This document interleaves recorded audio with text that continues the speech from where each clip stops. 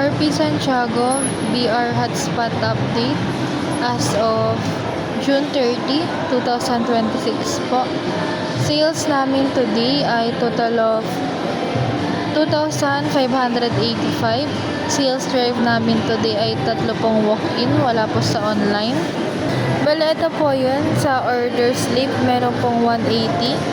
CWO, 2,230 at 175. Inquiry po namin today, meron pong total of 5. Wala po sa Viber, 2 sa page, 3 sa Messenger, at wala po sa email. Kami po ay 66.45 from Target po. Pending due today na hindi natapos ay wala po. Bali, natapos po namin lahat. Customer parcel for pickup ay may total of 17 po. Bali po dito, may 5 pong hindi pa nakukuha. Itong kay Rhea Chris Nicolas, Santiago City Medical Society, Carlo James, Paul Garingan, at Joyce Sagiped. Tapos sa waiting item naman po for deliveries, bale ito po, kay Joyce Sagiped, Silquest Regulan, Eufenia Dauluyan, Isabel Dulnuan, tsaka kay Franklin Monvictor, at tsaka kay Fort Isabella po.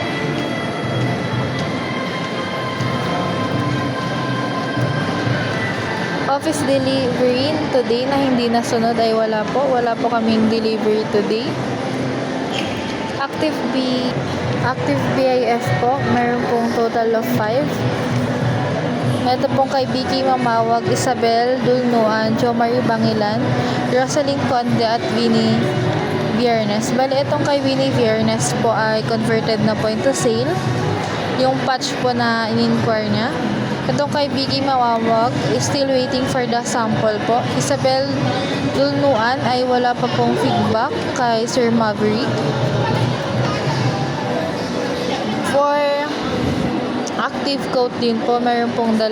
Ito pong kay CarePro at Vicky Mamawag. Ito for follow up po si CarePro and approval po nung pina-coat niya. And then kay Vicky Mamawag po, still waiting sa sample ng sizes. Listing na overdue, bali wala po. Itong si Nansing at Bellyfit po ay nakapag full payment na po. Waiting na lang po ng updated 2307.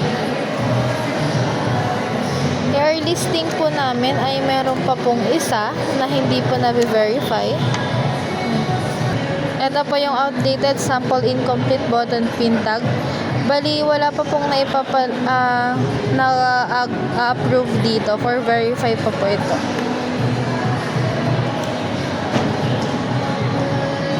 Workshop sked po today ay wala pong nakasked sa amin today.